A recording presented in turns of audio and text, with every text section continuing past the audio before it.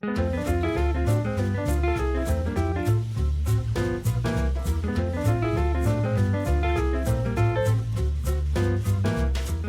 everybody, and welcome to Taking Control, the ADHD podcast on True Story FM. I'm Pete Wright, and oh, look, it's Nikki Kinzer. Well, hello, everyone. Hello, Pete Wright.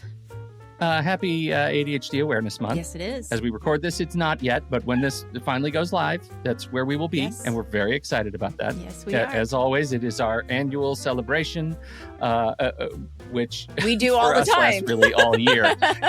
Yeah, it's going to be fine. Anyway, we're really glad to be here, and we are super glad to have our fantastic guest, who we will introduce. Frankly, needs no introduction, but we'll do it anyway in just a moment. Before we do that, head over to TakeControlADHD.com and get to know us a little bit better.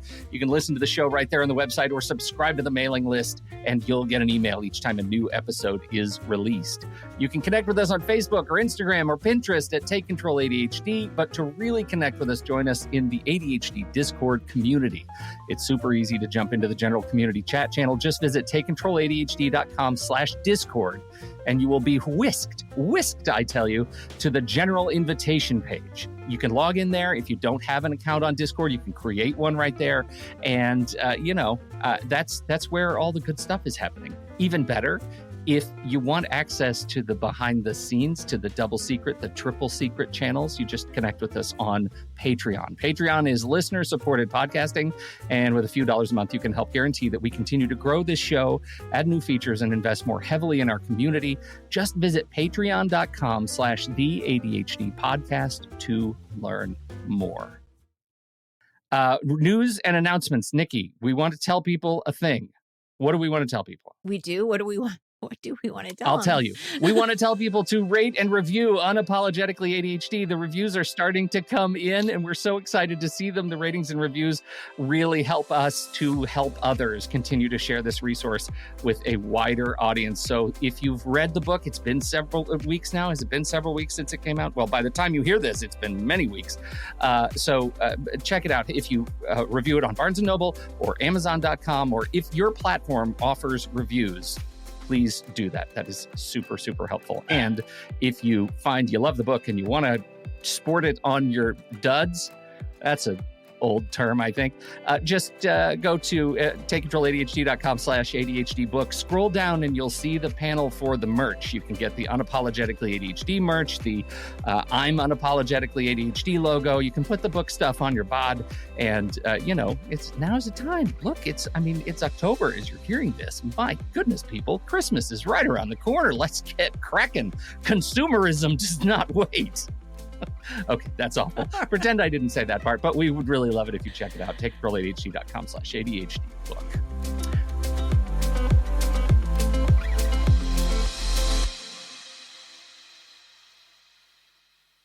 Okay, look, here's the thing. It is yet again a momentous occasion around here at the ADHD podcast. Nikki, you're muted. Is it because your dog is misbehaving? Yes. Outstanding. Yes. Outstanding. Teenage dog. The momentous occasion. This is the first time that we have another first over here. The first time that we have a guest who has become, I don't even know what to call this anymore. It's not even Hall of Fame anymore. What transcends Hall of Fame? A 10-time guest. Yeah. James Ochoa is back with us today. Yay. James, thank you for being here, friend. So happy to be here. It's like it's like old friends, and there's got to be a day that we will physically hug each other in this wonderful world of ours. I know it. I've got a sister in Seattle, so it's just waiting. Coming, yep. Don't we have a meetup on the calendar already in November? Yeah, in Anaheim.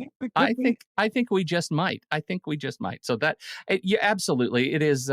It's so good having you. You're here today because, well, for those who don't know, James was incredibly generous to actually write the foreword of our new book, Unapologetically ADHD, and it just completely honored us by, one, writing it, two, getting it, like really understanding what we were going for. And also joined us at the book launch event last month, where he shared some really interesting things about what he's into right now. And we're really excited to dive deeper into that. Mm-hmm. So today we are going to be talking about customizing strategies for ADHD. James, you want to set us up? What does that mean to you? Well, yes, customizing strategies just simply means to me, uh, you really cannot look outside of yourself to ultimately have others figure out how things are going to work for you. Okay. Hmm. Now, that may seem simple or easy when we talk about, okay, what's your favorite color? What's your favorite ice cream? Because we have personal preferences for those. But when it comes to strategies, particularly around the ADHD spectrum, the vast majority of us, of course, I will say I'm pretty biased about the mental and emotional stress of this condition, throws us out of center.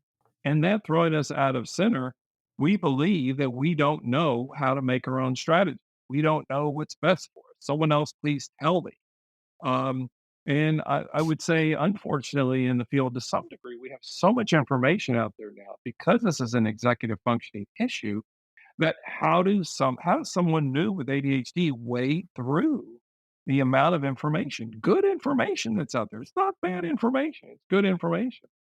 And so if you take a customizing viewpoint that says, okay, I'm going to look at this information out there and what resonates with me, what fits for me, what connects for me, what do I like about this information that's out there? So that you're sifting immediately from a personal point of view, rather than from a, oh my God, who's got the best idea on how to organize or how to do this or how to do that? It's like when I did the declutter challenge with you, Nikki, Hmm. last year, it was like it had a resonance for me when I saw it. I'm like, oh my God, I've got a workshop, I've got an office that need cleaning. I'm going to try. And I followed it and it was phenomenal. Now, I have procrastinated on getting them redone again, right? Here we are a year later, they need a reset. And so it's like if I procrastinate too much longer, I'll be showing back up at Dickie's workshop again. And that's okay. And so it is Yeah. because, but that's personal to me. Yeah. It fits for me. And the way that you designed it allow people to have flexibility. So I've said a lot there about customizing. Pete. I gave you Hmm. quite a winded answer, so we could jump off of that. But that's what I mean by customizing. Hmm. Well, I do want to jump off of that because I mean, you're your greatest gift to me was through your emotional storms book, understanding EDS, emotional distress syndrome. That is one of the things that has changed the way I live my life. Right, I become a storm chaser, or a storm watcher. Right, I mean, like I feel like I'm someone who really tries to recognize when I'm going to become in a compromised state and try to figure out what are the tools and strategies I have to get to the other side of that. I want to know how counterbalancing emotional distress with customized approaches works for you. And part of that is because when we think of emotional distress, from a therapeutic perspective, there are some interventions that you do when you're in distress. How does that relate to customizing, your interventions? So when you're customizing your interventions and say we're taking the emotional and mental stress, say let's just take my favorite one of current because I'm doing some more business development. Here we go. And so imposter syndrome, here it comes. Okay. So how am I going to customize a support system or a strategy on managing the imposter syndrome? Um, and I have changed my strategies for many years from either talking to myself about, I know who I am. So if I believe everyone's going to suddenly stop seeing me, I'm no longer going to be an expert. Someone's going to look behind the curtain. Those feelings start to come up, which they still do. Okay. Hmm. Being asked to write the forward for your book was a great imposter syndrome storm for me. Now, many other people may not know that. Okay, that's an internal, inside kind of space. And so, with that, I do things like I will talk with others. I will call my best friend. I will say, okay, this is happening again. And that's beneficial to me.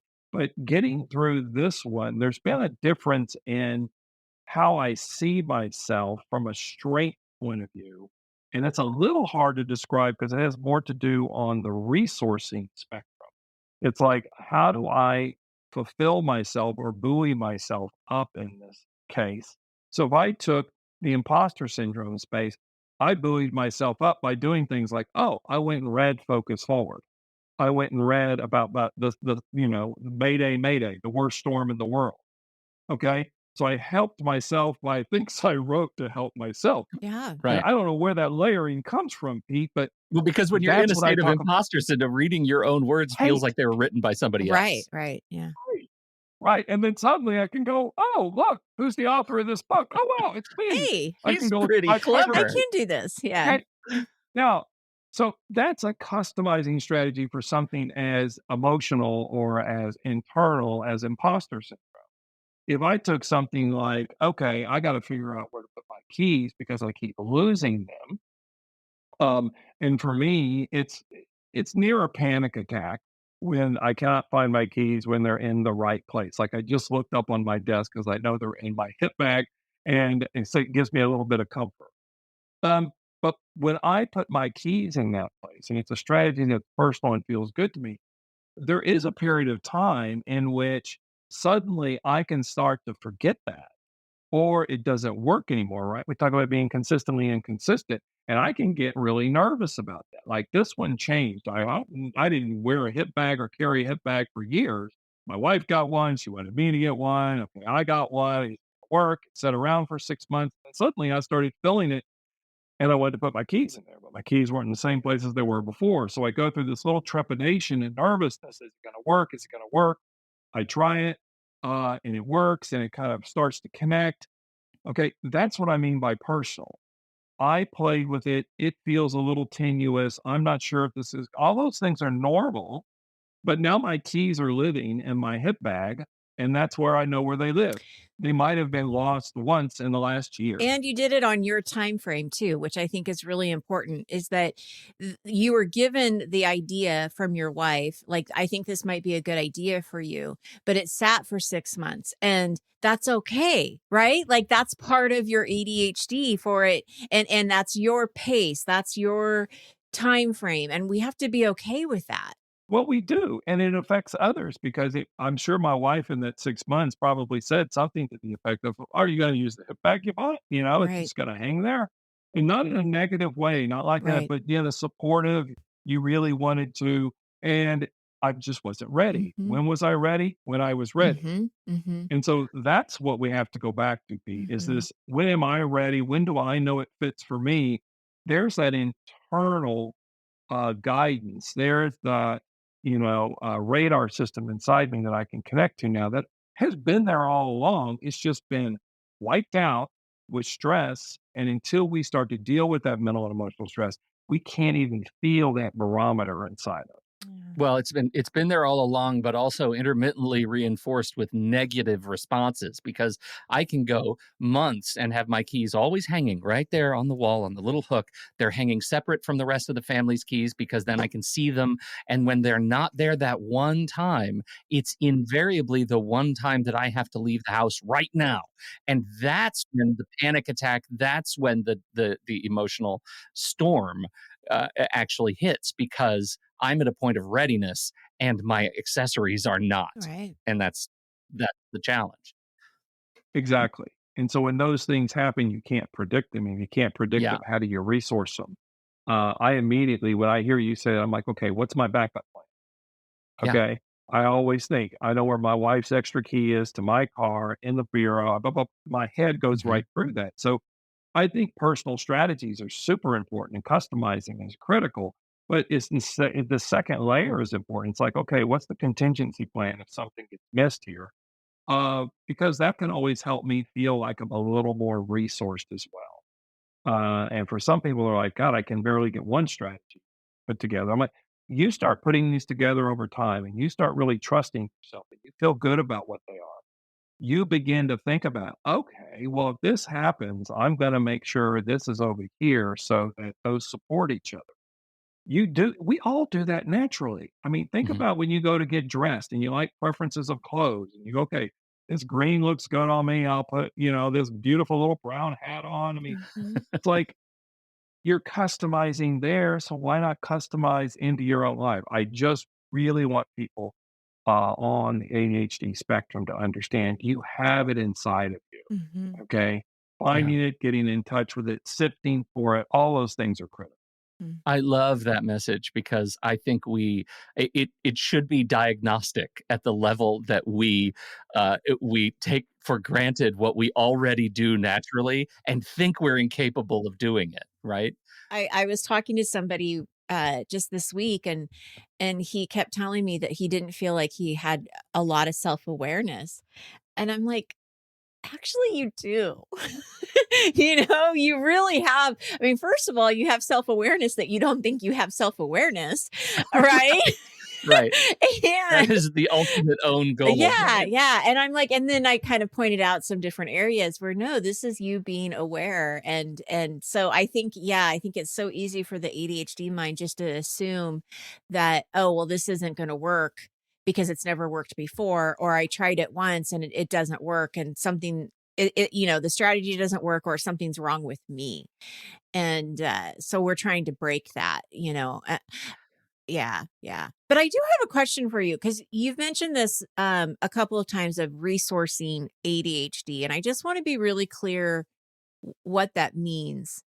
So, in resourcing ADHD, I'm talking about support mechanisms that will not only support your diagnosis, so we could go to medication Hmm. that's going to support you in your diagnosis, all the way to the customized way that I set up my bed to sleep at night. That's a resource. So it's a way I support Got myself it. to manage the neurological, genetic, developmental condition. Not going away, my hair color, height, and weight. Okay, how am I going to take care of who I am in a normal way, so that I like the word resourcing because it has such a wide spectrum I do of too. understanding Yeah. to me. And little spoiler alerts here. You always get these because I love being on this show, but it's like, okay, I'm writing the second book, Hmm. and we're talking about resourcing a lot Hmm. because I would say in the last 8 years, that's really what I've done is dive into how do I support who I am in the most meaningful way possible. And now I just expand it. Okay. Yeah. And I'm expanding it. I think that's an infinite expansion. Um, I'm doing, and so one of the things which I thought of earlier on the ideas of resourcing, and this is a little bit of the spoiler alert, is in the new book, we're going to have something called an internal barometer. It's how do you develop your own internal barometer for understanding your ADHD and how you manage it and how you navigate it. That's a Love it. very different way of thinking about it. And they're very functional terms. We're not talking about, oh, I'm broken, I need a crutch, I Right. need something to prop me up. No, we have an internal way of having a barometer, just like the weather. This goes really well with the storms idea, Hmm. right? It's like, okay, we know the pressure's dropping. Uh-oh, here comes a storm. Or maybe Hmm. that's reversed because my sequencing issue might have just flipped that. But those are the things we're working about. So does that help you understand It does, resourcing a little bit? absolutely. And I do want to go back and review what EDS is, emotional distress syndrome, because this is so much of what the first book is. And it sounds to me like the second book is going to be also the resourcing of ADHD and how it plays into the counterbalance of EDS. And for people that are either new to the show or haven't listened to some of the past shows, can you just give us a viewpoint of what that is? So the emotional distress syndrome was I say now that's the piece of ADHD treatment and working with it that would not go away, Mhm. meaning it wouldn't resolve. We really couldn't find a support system for it that was going to be meaningful. And after 15 or 20 years of being in the field with a lot of abject failure with clients and myself, I began to see, okay, the mental and emotional stress of ADHD is all the mental and emotional disruption, chaos, disorganization that spins off the neurological mindset of what ADHD is and what happens in the mind and the brain. And with that spinning off, it's very easy to see it as a storm and it comes in patterns. And so coining that back in 2003 and four really helped me begin to help my clients differently Yeah. because they understood weather from a very simple point of view. It doesn't go away and it changes all the time. Mhm. It's like, oh, my hair color, height, and weight. If I'm too If I'm too tall for a door frame and I don't duck every time I get under a door frame, I'm going to hit my head. I think of the calm before the storm too, right? Like you're having this really great day and then the next day the storm comes. Yeah.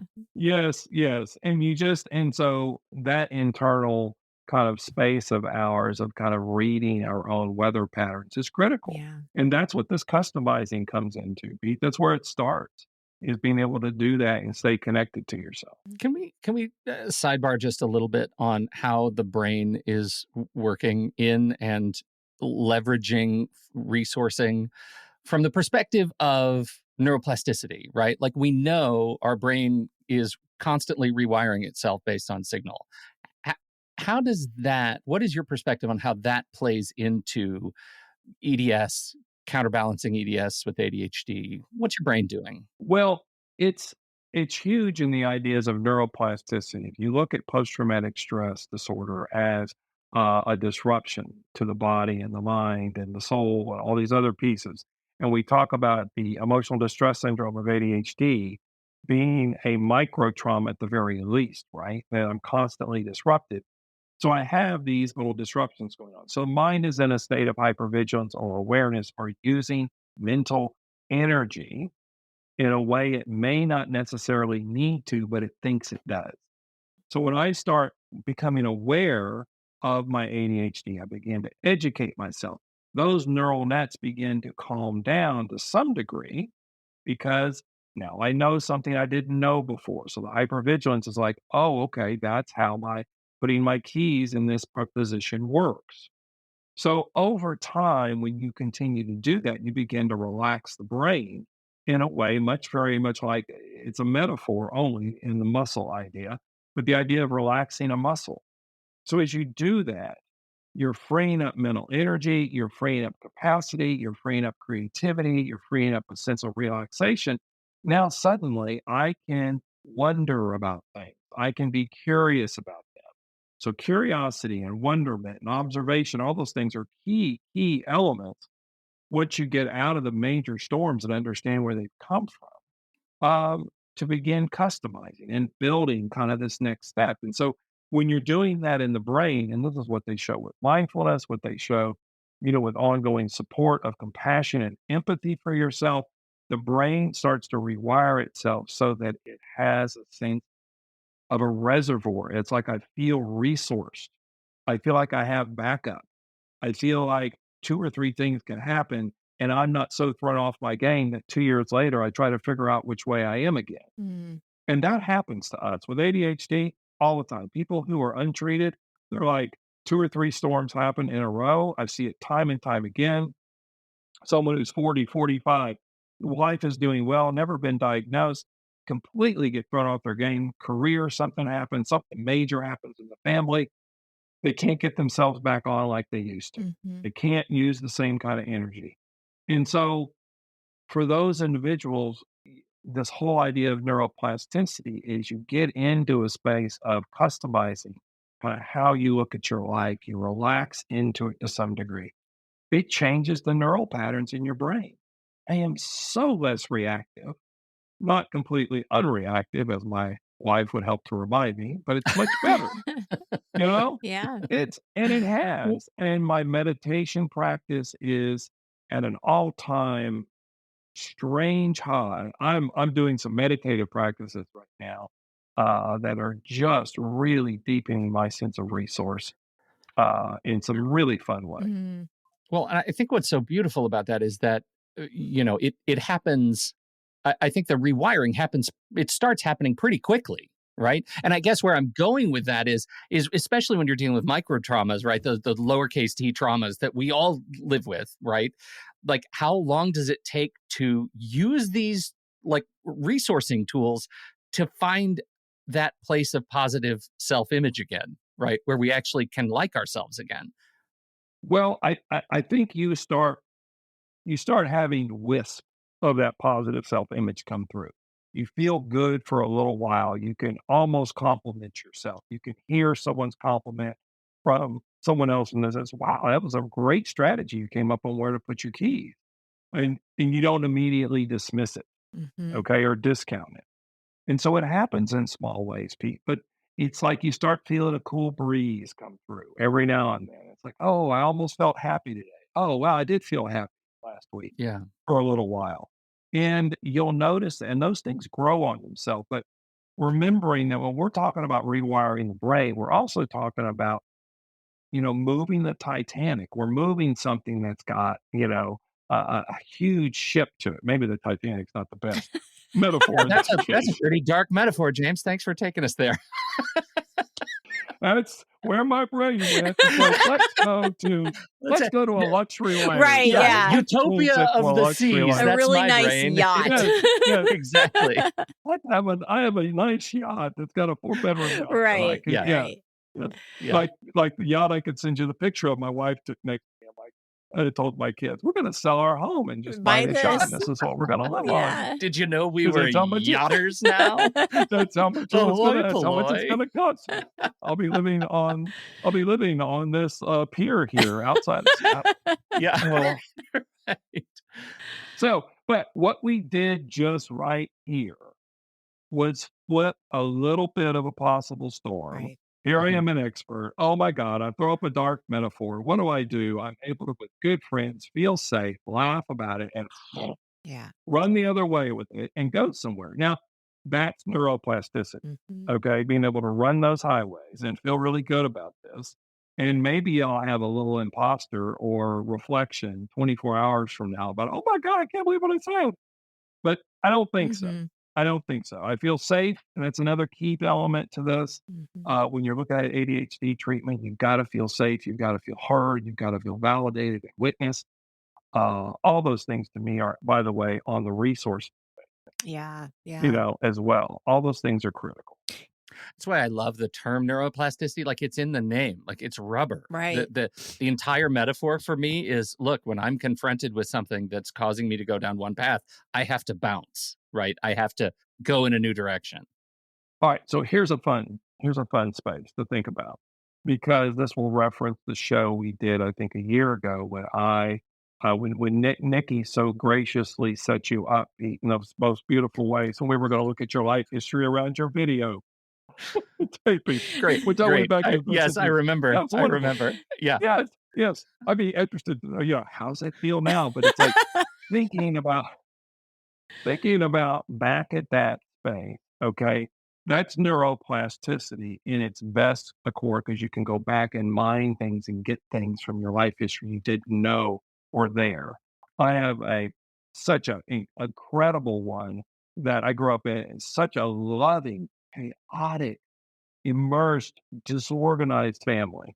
It was, and I'd say loving first because I know that that was there with my parents, thankfully. But there, 3 bedrooms, 1 bath, 10 people living in the house, 8 kids, 3 dogs. It's just a prescription for insanity. Well, at 8 years old, I used to go lock the door in the bathroom and put a towel underneath it so no one could hear. And I'd fill the bathtub up, to where it went over the overflow valve with a washcloth, and I would soak under the water where I could still breathe, certainly, until the water got cold. Mhm. I didn't remember that till day 1 until I started really dealing with the stress and the trauma in my life, and suddenly it came back. That's a brilliant thing to do as an Yeah. 8-year-old. Oh my god, what a great way to resource yourself. So, you will find those little hidden gems as I'm talking about. You found some that, day when we were on the podcast. Right. That's what's waiting for you. They're all back there. Mhm. Your imagination, the coloring books you colored in, the imaginary friends you had as a kid in your head that were near and dear to you. Those are the things that get pushed out to me under trauma because it's a survival instinct response. And so all that other stuff is pushed out. But it can push back in. Mhm. They're still there. Mhm. Does that make sense? Mhm. Oh yeah. Mhm. Yeah. Yeah, that's really special. Does that change? Have you seen any or experienced any change in how practitioners are helping others with ADHD, sort of writ large, not just in your own practice? Are there any trends we're noticing that embrace some of this capacity? I do. And I think the biggest trend we have over the last 5 to 10 years is a neurodivergent language. okay, that we're on a Yeah. spectrum of understanding. And, God, I was looking back, I stumbled upon this back in the mid 90s of neurodevelopmental learning theory, which is how does your mind develop along the lines of learning for attention and memory and organization and strategies and all these other things. Everyone does it different, okay? Yeah. Yeah. And people with ADHD are outside those norms many times, and that's why we get so the idea of divergency is critical. I think that's probably the biggest movement, and the idea that there is a way that we see the world that is meaningful and functional. Hmm. It may be a rare or an unusual piece that you see out there, but I see more and more of the courage and the confidence. This is who I am. This is how I work. I see so much of that going on. And that's where I think a lot of the work is coming from is, and I even hesitate to say normalizing because it's already normal. Okay. Hmm. It's just how we've done it. I've been actually working personally with an autism specialist. I don't have autism, but he's just a very good neurodivergent counselor. Even looking back to my own life history in the last year and a half, I found some fascinating things at this point. But working with a counselor who was trained in a completely different school of therapy than I was 30 years ago.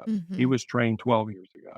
Yeah. And he was trained in that normalizing divergent model. And he has high functioning autism himself, and he's an incredible therapist. And I'm just like, that's the kind of thing we're looking for, Pete, where people are like embracing you for who you are, not how you're supposed to be or what I can diagnose you as. I still want to just get away from Well, that. and I love how you're talking about resourcing your ADHD because it's also why we named the book Unapologetically ADHD. You Yeah. know, is that it Yes. is embracing that this is how you think, this is how you process, and there's nothing wrong with that. There's nothing that you need to apologize for.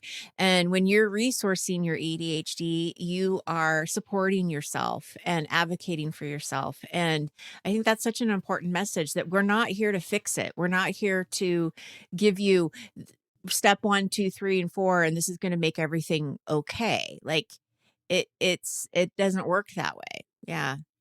Right. And because we now know, right? It's not a fixing. Right. There may be a healing Right. that needs to Yeah. happen. Yeah. There may be a reorientation to understanding who I am or Mhm. going back to who I always was.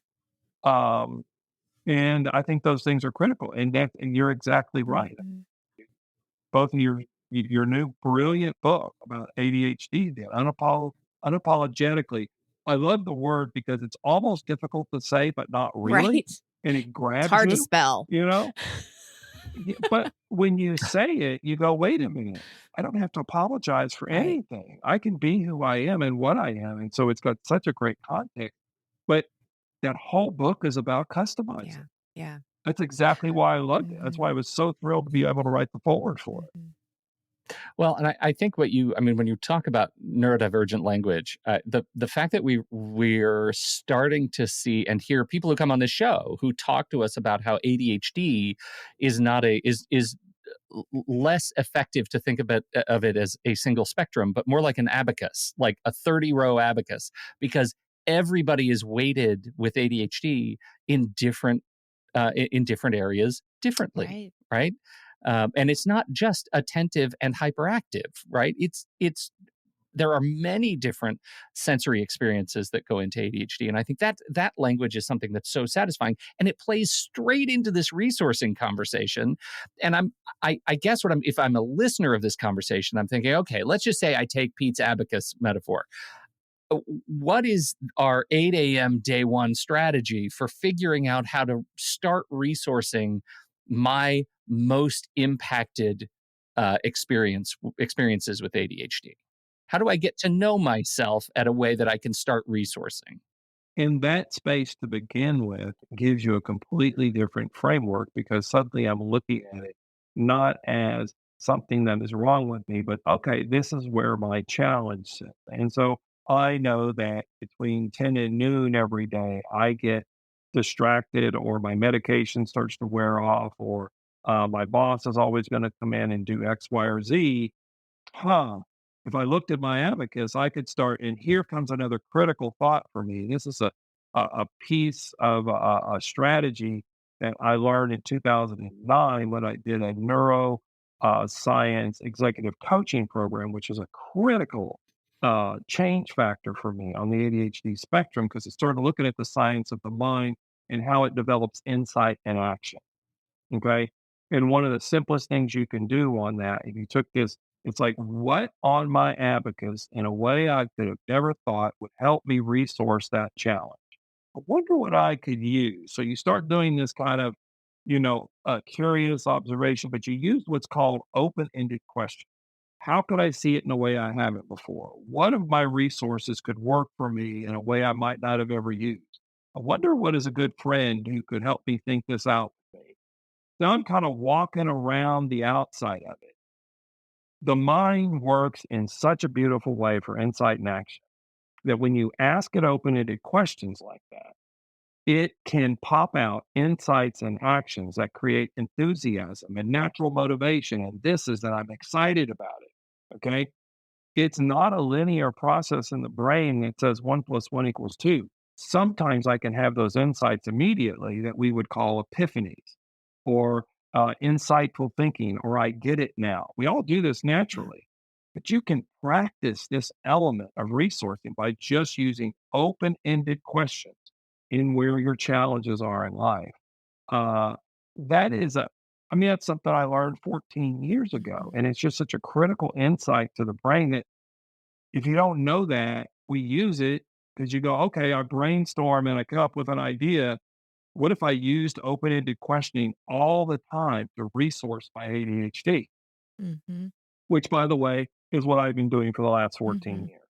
And I feel, excuse the term, pretty damn successful Mhm. in managing this. And I feel proud of it. Mhm. We were in some serious failure back in '04 and '05. I had some serious consideration that I don't know if I can keep doing it. If it's this painful and full of suffering, Yeah. this is not something I feel like I signed up for. Mhm. So I went on a little diatribe there, but Mhm. it's like, Mhm. you know, I love that. The well, open-ended questions, and it goes back to curiosity too, like just being curious, yes, not judgmental, just being curious. I think so Mhm. much of what you have gone through and the story that you just told is uh, it's such a success story for those who are in the middle. And I'll even take your metaphor of the storm another level. There is an eye in the middle of the storm where things are calm and you trick yourself into thinking that it's over and it's not over. And I think that's the space where you can trick yourself and get caught up in focusing on how others are looking at you. As we get toward wrapping up, can you give us some thoughts on how you deal with how others perceive you and your ADHD EDS experience? yeah. So we will just pick that imposter syndrome right back up again. Because that's still my critical Yeah, one, and it yeah. Yeah. just drives me insane. How do I deal with that? But I love the metaphor of the eye of the storm, but the reality is, us with ADHD, anyone with any neurology in today's planet, technology, information, and stress going on, uh, Yeah. none of us truly get out of storms on an ongoing basis. You learn to manage within them. You learn to resource yourself and put on the right gear. Uh, what do I do with others are looking at me and looking at, you're a success story, but you still have all this stress, you have all these things going on. I'm like, look, folks, I'm becoming more real as they go. Okay. Who knows what will happen when I use this metaphor? I feel a little bit like the Velveteen Rabbit to myself. Okay. I'm becoming more and more loved and more tattered in some ways, not in bad ways, but just that I love who I am and I love what I do. And I've really worked on that in the last couple of years. And people are like, well, you're already working on it. I'm like, I don't know that there's an end to it. Yeah. So what do I do when others look at me? I say, look, this is who I am. This is normal. Who are you? This is the other thing I do is I will flip it on others, not in a bad way, but say, okay, tell me your story. Tell me something that's odd or unusual. So I have the confidence and the courage. I couldn't have told that 8-year-old bathtub story, even 5 years ago. Yeah. Well, that was kind of a follow-on question. Like, how does that snapshot of today look when you compare it to the snapshot you would have given yourself when you turned 30? I I feel like a different person. I feel like when I was 30, I was still in graduate school. Um, I barely knew anything about myself, but I was still surviving and actually thriving well if I look back at it in ways that were unusual and strange, but I sure couldn't tell anyone about them. I can tell people now. Okay. Okay, I can go ahead and confidently say on a national podcast, I think I can go this far. Uh, so in my graduate school in the late 80s, early 90s, it required a lot of reading. I have some serious problems with language along with ADHD. I have dysgraphia, very messy handwriting. I don't read textbooks. I just don't. I can't read them well. I don't read them pretty much at all. Okay. I read probably 10, maybe 20% of the textbooks that were required in my graduate school. I came out with a 3.67. Okay. I know what I know. How did I learn it? I asked questions of the professor. I set up a study group from the very beginning. I stood up in the introduction class of my graduate psychology program and took my hyperactivity and impulsivity to bear and just said, I'm looking for people to study with and to drive to and from the graduate school to. I found 4 people that I became dear friends with all the way through graduate school. Okay. So I can tell that story now Yeah. courageously Yeah. that I don't learn the same way. There's a reason I don't have a PhD or an MD behind my name. Academic stress, I could go do it. It's not where I want to spend my mental and emotional stress. I Mhm. learn in ways that work really well for me. Mhm. Yeah. Mhm. It's I a think great that story. is the perfect story for this kind of a thing. And the fact, like, if I'm going to center in on one thing, it's I am a different person, right? Like a different person. And I think with each decade, I would reflect the same thing. Like with each decade I age, I am more confident about talking about the things I'm scared of because of the way my brain works. Mhm. And I was not that guy. Like you said, I couldn't tell anybody about how I was doing it, but I did it. I figured it out. Yeah.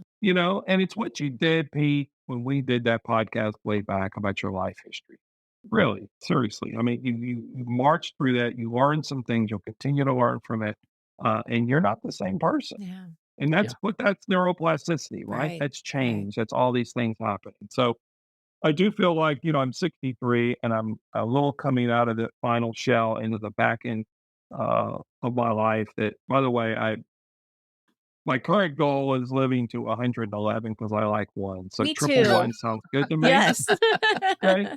So I turned 60 and someone said 3 years ago, well, how old are you going to live to? And I said, 111 sounds Yep. good to me. Well, Yeah. here's the strangest thing on the ADD spectrum. It has provided the most fascinating toehold of self care, both physically, mentally, strength wise. I'm in better shape than I have been ever. Just, I think, from this little bitty pieces that I threw out there hyperactively and impulsively that made sense to me. Yeah. Okay, well, yeah. And, at 111, I want to be at my birthday party waving everybody. Mhm. Maybe With I'll your hat actually on. have one. Wow. Yeah. Right. With my hat Yeah. on. I'll take the hat 40, 50 years from now. I'm like, that's a long Yeah. time. My wife's Yeah. like, are you sure you want That's to a live that whole long? I'm like, life. well, Yeah. Yeah. Yeah. Got a lot of it's fun. choices ahead Life of you. is fun. That's Life is fantastic. fun. Yes. I really love being on here because if I really get a chance, not only to be who I am, but to help others help themselves. And Mhm. that's what we're after. Absolutely. It's Yeah. really what we're after. Yeah. Y'all's book is going to do that and give people a planning space to really step into themselves and say, okay, what is my work life? What are the things that work for me? Mhm. It's Yeah. great. Thank you, James, so much for being here. And I like Little. twos. So I'm going to go all the way to 222. Let's Oh, just see what science wow. can Ooh, do I for me. like There you that. go. Okay. James, you are doing so much awesome stuff right now in addition to sneaking out this second book that's coming. But tell us what do you want to tell people about what you're working on? What can we get people to attend with you? Several pieces I'm doing. So the new book has got a title. I love that it's already got its title, which is when the shiny wears off, navigating the lifetime storms of adult ADD, the ones that don't go away, and what do we do about them then? Um, I am doing it if you're in and around Texas or close to here on October 19th. I'm doing an all-day live training here called Living Well with ADHD. I'll offer all your listeners an additional 20% off Right. the fee, and I'll give you all codes for that. Very Um, gracious. that's the first time I've done in 8 years of live training. So I've got an enormous amount of new information in the resourcing spectrum. I'm just like Oh, so thrilled yeah. about this 8-hour day I'm going to be playing in. And certainly I still have ADHD Town Hall Yeah. going. We were in season 6, 6-week webinar to really use as a touchstone to come back and evaluate where you are on your Which is ADHD spectrum fantastic in a because number of I areas. participated Thanks last so much. year and it was great. Yes. Very supportive We're community. all different. They're all different and Mhm. they're all fun. And so I'm so looking, it starts in late October. Um, and I've got some other things behind the scenes around course development, and those things are going on. It's a little too early to talk about those, but I'll give y'all a little spoiler alert that how much do I know in 35 years about ADHD? I don't even recognize how much I know anymore. And I'm hoping I'm looking at working to develop courses on ADHD spectrum across the spectrum. Children, adolescents, parents, adults, they get the best way for me to get information out there that can stay out there and continue to resource people long term, long after I'm gone. Well, maybe 111. I still got a while to go. Yes. It's Well, fantastic. it's beautiful, James. Thank you, as always, for hanging Yeah, out with us. It is an honor to be in your orbit. Mhm. yeah, so much Thank fun. you for the So much gift. fun. And for everybody else, we'll put the links to the James resources, jamesochoa.com, in the show notes, and we'll include whatever codes James sends us for you. We'd love to give you a shot at hearing directly from James. Thank you so much. And I think that's all we have to talk about today. My goodness, it feels like it's been so long since I've done a non-book related outro. I don't even know how to close the show anymore. We sure appreciate you downloading and listening to our show. Thanks for your time and your attention. Don't forget, if you have something to contribute to this conversation, we're heading over to the Show Talk channel in our Discord server, and you can join us right there by becoming a supporting member at the deluxe level. We're going to be hanging out for a little bit longer. We've got people who've been chatting and asking questions, and for members, you get the bonus extended edition of this episode where you hear James answer all those questions in just a moment. So on behalf of the wonderful James Ochoa and Nikki Kinzer, I'm Pete Wright. We'll see you right back here next week on Taking Control, the ADHD podcast.